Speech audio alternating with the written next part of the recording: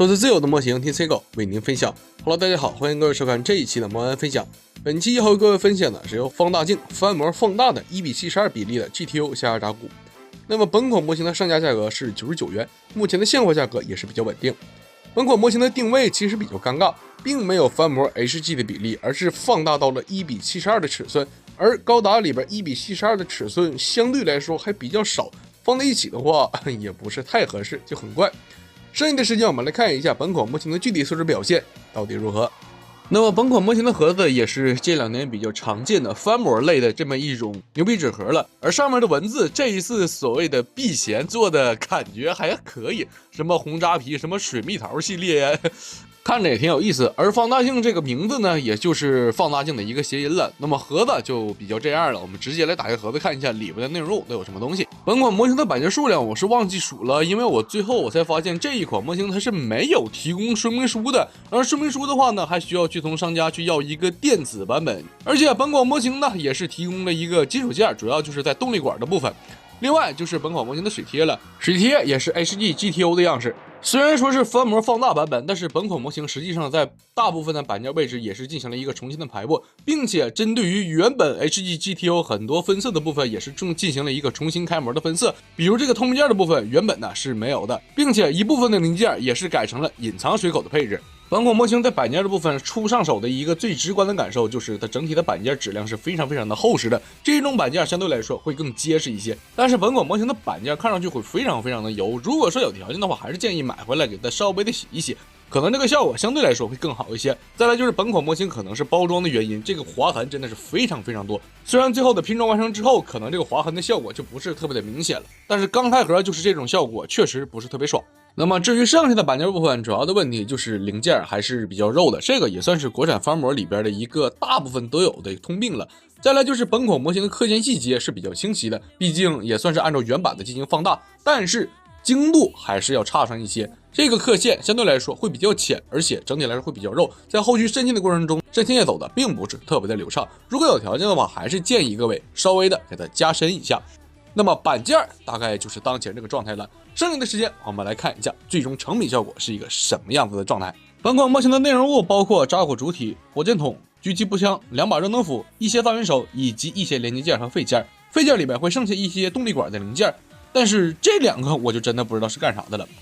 本款模型的高度和卡板沙扎比是差不太多的，基本上都是在25厘米左右。虽然说是翻模，不过按照电子说明书给的标识，这一部分的零件基本上都是有进行更改的。由于我个人没有做过万代 HG GTO 的轧骨，所以就在78动漫上找到了 HG GTO 下压轧骨的说明书，一点一点进行对比。首先我们来看一下头部，本款模型并没有在眼睛提供补特贴纸，取而代之的是做了单独的分件设计，并且内部零件两侧也是有做出刻线细节，这个改动做的还是比较不错的。但是透明件安装之前会非常的暗淡，这里边建议在内部整一张反光贴纸，或者是涂成银色增加反光度，让眼睛看着更亮一些。同时眼睛的透明件也是带有一定的荧光效果，在眼睛这个部分提个醒，由于分件设计问题，透明件一旦安装进去基本上就没有办法再拿出来了，想要拿出来还需要从后方这个零件进行钻孔才行，这个一定要提前处理。除此之外，头部的分件和 HG 基本上是保持了一致，眼睛的转动是按照头部下方的零件进行活动，卡榫相对来说会比较紧，这里边建议各位针对于卡榫进行一定的消除处理再进行安装。头盔部分也是提供了没有天线的状态，看这个架势，未来也许会有更多的轧骨也说不定。脖子部分为双段球形关节，中间还有通过卡扣进行连接，也算是增加了一段可动。不过对于本款模型的头部可动提升，老实说是比较微弱的。屏障关节的部分也算是一个比较常规的表现了，对于后续的可动把玩的话，相对来说也还算看得过去吧。胸部整体结构基本上是没有进行更改的，两侧的胸甲提供了2种样式，一种是上方有加载零细节分件的，而另外一个是没有的，可以选择进行替换。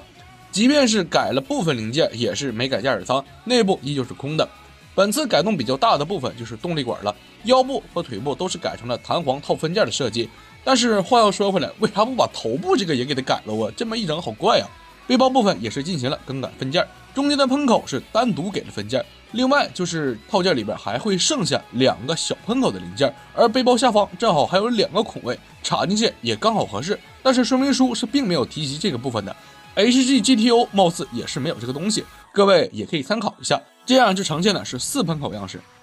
背包下方的孔位是用来安装连接件，而连接件是可以挂载火箭筒，但是这个握把和准镜会有一些干涉，需要调整一下。挂载的还是比较稳定，加上背包两侧都有卡榫，双入挂载2个火箭筒也是可以实现。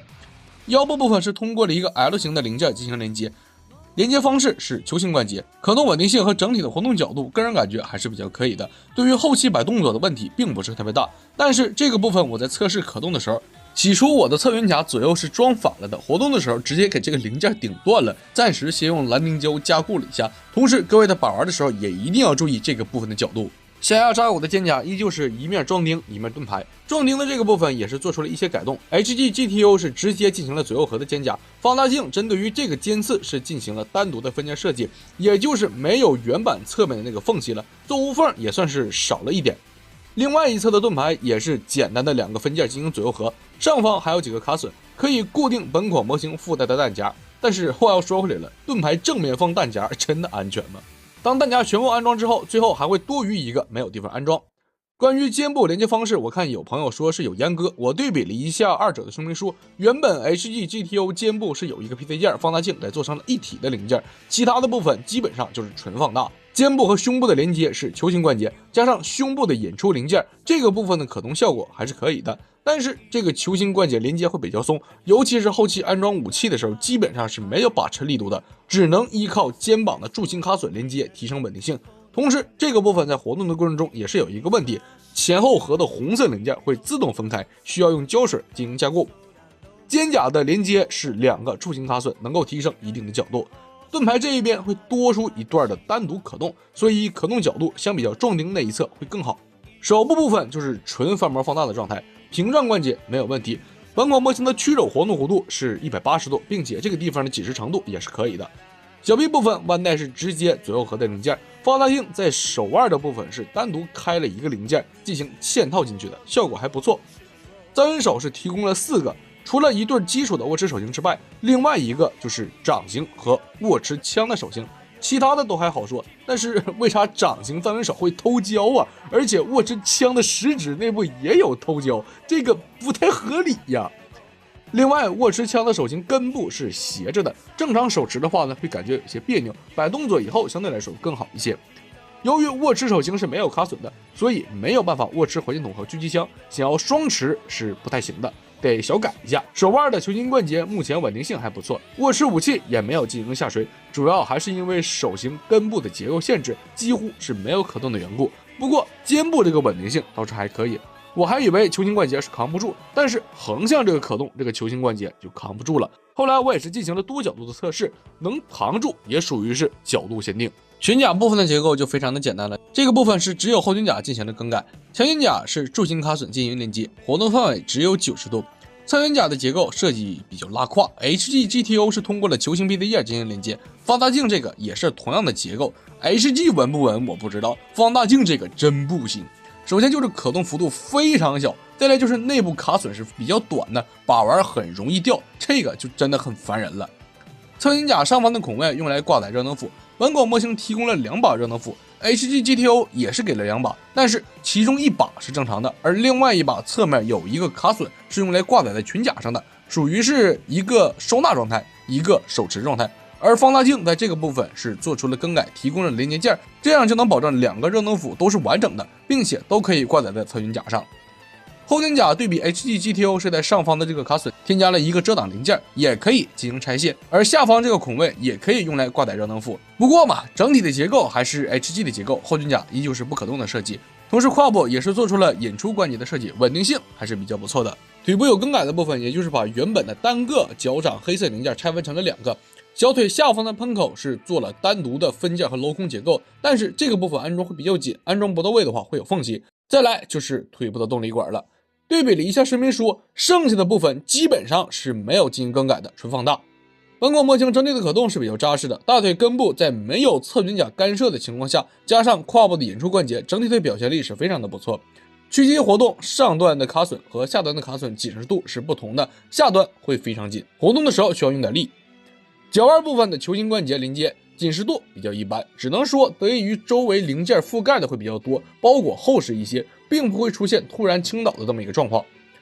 脚腕下端的零件是柱形卡榫进行连接，这个部分会多出一段的抬起可动，并且在活动的过程中，脚掌会有一个轻微的联动设计，这个部分的观感我个人是比较喜欢的。最后的武器部分就剩下了火箭筒和狙击枪，两把武器的分件是非常的简单，整体的长度都要比主体还要长。火箭筒的长度是27厘米，狙击枪的长度是30厘米，并且狙击枪的分件仅仅是单纯的左右合，枪头并没有和 HG 一样是单独的分件，准镜部分做出了单独的分件，并且前端的贴纸也是更换成了透明件。火箭筒我们就比较熟悉了，握把和准镜都是带有独立可动，准镜部分也是单独开了一个透明件，同时握把这个部分是做成了左右合的2个零件。尾端的弹夹是可以进行拆卸，但是上方的卡榫比较影响整体的观感。得益于连接件的提供，本款模型所有的武器装备都可以挂载在主体上，这一点还是比较好的。另外就是本款模型也是把直接连接件给它翻模出来了，但是你好歹把卡榫改一下呀，本来这个卡榫是给 HG 支架用的，这样好了，纯放大连支架都没有了，这不扯的吗？那么到此为止，本款放大镜翻模放大的 GTO 下压扎古已经全部的介绍完成了，修改建议我就放在后面的视频里，本期需要修件的部分比较多，就不占用评测视频的时间，各位可以选择观看。本款模型整体的板件相对来说是比较厚实的，因为是放大版本，所以刻线的话清晰度还可以，但是依旧会比较粗，并且整体来说会肉一些。附带的水贴质量不错，但是小字部分的清晰度差一些。通过视频各位也可以看得出来，很多地方都是进行了更改，属于是在万代的基础上做到了一个更好的分件状态，在部分零件也是提供了隐藏税购，加上零件排布也是进行了一定的更改，估计后续也会出一些其他的 GTO 扎古换色也说不定。再来就是本款模型的缺点，组合度真的是太差了，很多零件真的是非常紧，只能说得益于是 HG 放大，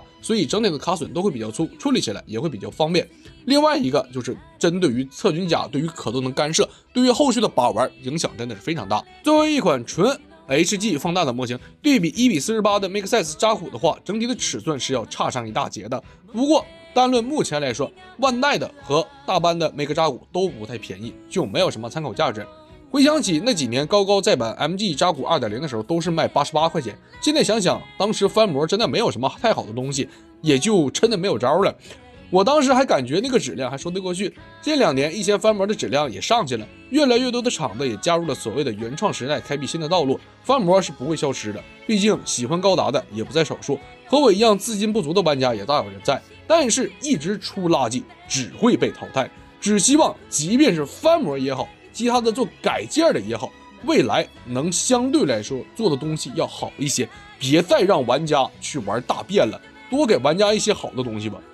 针对于本款模型，我的评价是99元的价格相对来说有一点略贵，1:72的放大比例也会比较隔路，组合度比较差，其他的就是整体的可玩性会更好一些，最后的成品效果也还不错，大比例模型暂时会比较气派。本期的结构模分享到这里就已经全部结束了。如果各位对我的视频感兴趣的话，记得点赞关注支持一下。我们下期不见不散，拜拜。